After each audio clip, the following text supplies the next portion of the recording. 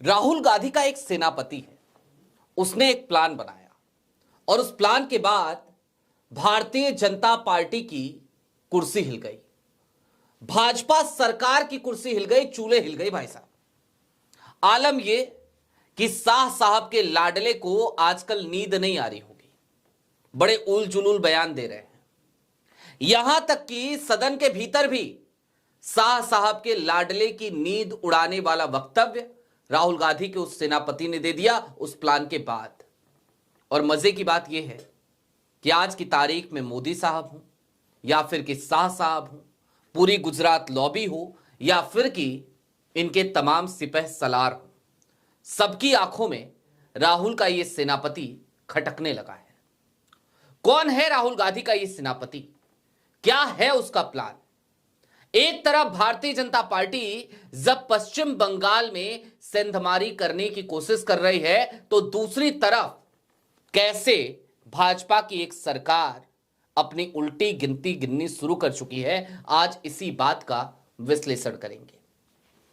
नमस्कार, मैं स्वप्निल और आप मुद्दा देख रहे हैं। दोस्तों, आगे बढ़े उससे पहले वही छोटी सी अपील। मुद्दा इन दिनों एक गंभीर आर्थिक संकट से जूझ रहा है। एक तरफ हमारे मेन बैंक अकाउंट फ्रीज चल रहे हैं, तो दूसरी तरफ हमारे 2.5 साल पुराने चैनल को हमसे लंबे समय तक छीन कर रखा गया था। ऐसे में डे टू डे ऑपरेशंस में मुद्दा को काफी मुश्किलों का सामना करना पड़ रहा है। लिहाजा आपसे गुजारिश है, यदि आप चाहें, यदि आप सक्षम हो, तो छोटी छोटी मदद मुद्दा की जरूर कीजिएगा। इसके लिए आप स्क्रीन पर दिख रहे QR कोड या फिर के नीचे दिख रहे UPI नंबर का इस्तेमाल कर सकते हैं। अब आगे बढ़ते हैं, खबर की तरफ चलते हैं। और आज की तारीख में आपको कोई हेडलाइन दिखाने की मुझे जरूरत महसूस नहीं होती, क्योंकि जो जानकारियां आज आपके सामने मैं रखूंगा, ये जानकारियां खबरों के रूप में इस देश की मेन स्ट्रीम मीडिया छाप दे, ऐसी हिमाकत भला वो कैसे कर सकती है? भले ही पीएमओ के अंदर बैठे, भीतर बैठे हिरेन जोशी साहब आजकल किसी गुप्त जगह पे चले गए हों, आजकल उनकी तरफ से इनपुट आने थोड़े कम हो गए हों, कुछ दिनों तक तो बिल्कुल ही नहीं आ रहे थे, उसके बावजूद ऐसी हिमाकत मेन स्ट्रीम मीडिया करेगी नहीं। लेकिन हां, सदन के भीतर अगर कोई कुछ बोले तो जाहिर सी बात है उसे छापना मजबूरी है। वो सारी खबरें जरूर छपी हैं, वो इसी वीडियो के दूसरे हिस्से में लेकर के आएंगे कि कैसे शाह साहब के लाडले, शाह साहब के दुलारे ने एक मुद्दा उठाने की कोशिश करी थी, उससे अपनी राजनीति चमकाने की कोशिश करी थी, सूर्यास्त की तरफ अग्रसर उनकी राजनीति, कैसे उन्हें उम्मीद थी इससे सूर्योदय हो जाएगा, वो सारी चीजें भी आज काफूर हो चली। लेकिन उससे पहले आपको यह बता देते हैं कि राहुल गांधी का वो सेनापति है कौन। असम के पूर्व मुख्यमंत्री रहे तरुण गोगोई, उनके सुपुत्र हैं, नाम है गौरव गोगोई।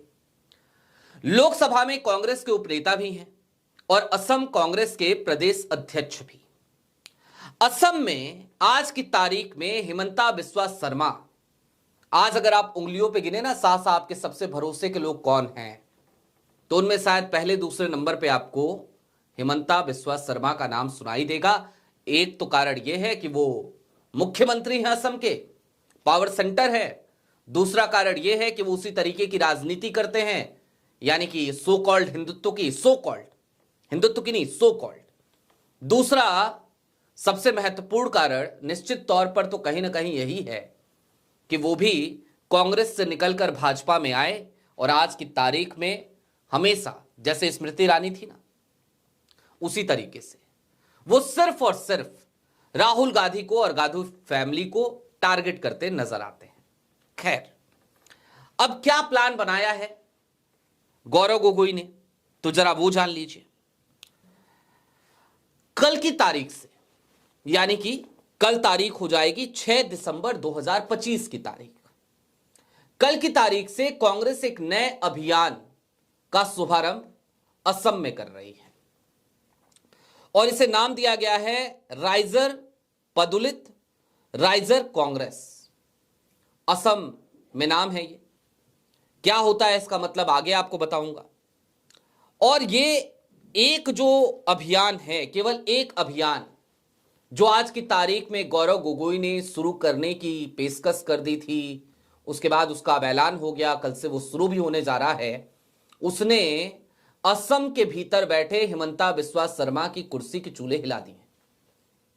नॉर्थ ईस्ट पे अपना कब्जा मानने वाली भारतीय जनता पार्टी आज की तारीख में असम में अपनी उल्टी गिनती, उनकी सरकार की उल्टी गिनती शुरू हो चुकी है।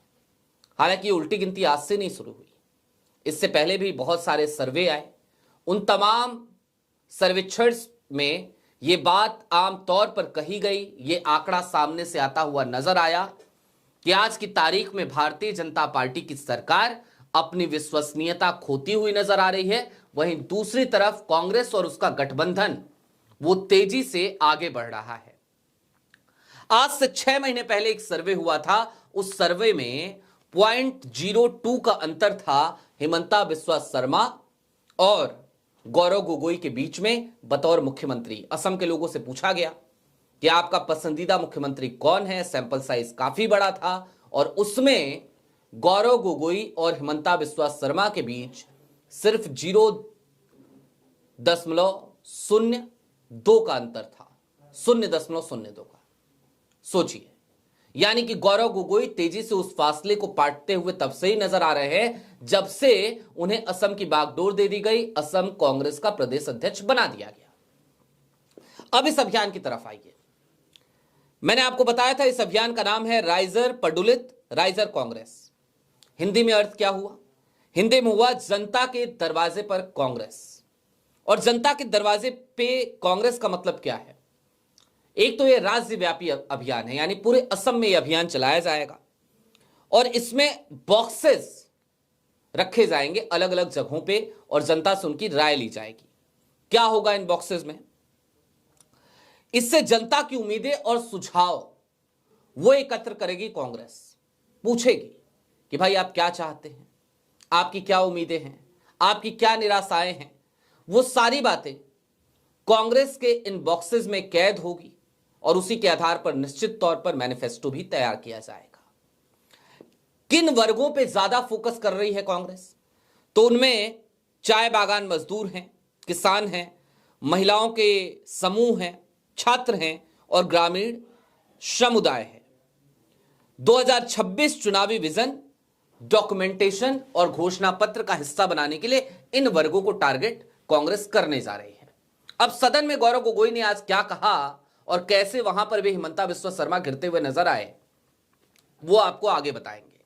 लेकिन उससे पहले जरा कुछ बातें असम की कर लेते हैं, खास तौर पे वहां की एक बड़ी आबादी की, चाय बागान मजदूर। असम की चाय सुनते हैं ना आप में से बहुत सारे लोग होंगे जो असम से चाय मंगाते भी होंगे, मैं खुद उनमें से एक हूं।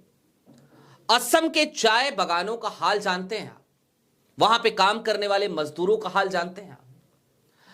अंग्रेज चले गए, अंग्रेजों की प्रथा आज तक जारी है। कई बार लोग मजाक में कहते हैं, अगर कोई कहे सॉरी तो लोग कहते हैं अंग्रेज चले गए सॉरी छोड़ गए। कई लोग कहते हैं अंग्रेज चले गए अंग्रेजियत छोड़ गए। लेकिन अंग्रेज चले गए और चाय बागान मजदूरों के साथ चलने वाली एक कुप्रथा आज तक छोड़ गए, ये कभी आपने सुना है क्या? नहीं सुना तो जरा आज संक्षिप्त में जानिए। जब इस देश में अंग्रेज थे और उन्होंने चाय का उत्पादन यहां पे शुरू किया, तो पता है उन्होंने क्या किया? चाय बागान के मजदूर अपनी जिंदगी के बारे में, अपने भविष्य के बारे में सोच ना सके कभी, इसलिए एक अलग तरीके की कुप्रथा को जन्म दिया गया।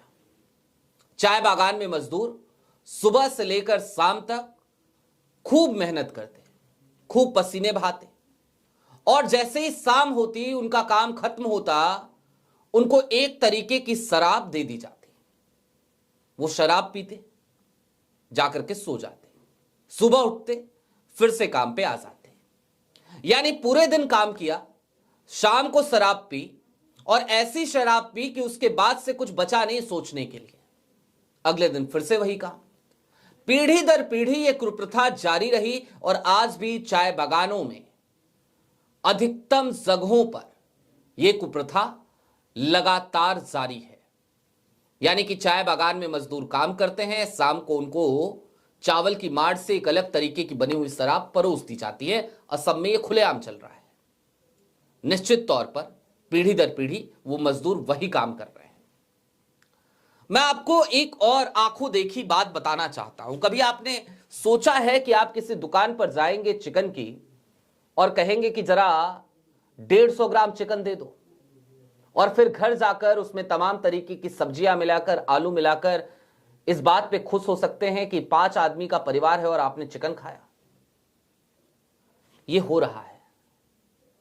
एक अंडे को घर ले जाकर उसे उबालकर आलू और अंडे की सब्जी बनाकर 5 लोगों के परिवार में बांटकर असम के ये चाय बागान के मजदूर यही कहते हैं कि आज हमने अंडा खाया। इस तरीके की गरीबी, इस तरीके की मुफलिसी, इस तरीके की मजबूरियां असम में आज भी चाय बागान के मजदूर झेलते हैं।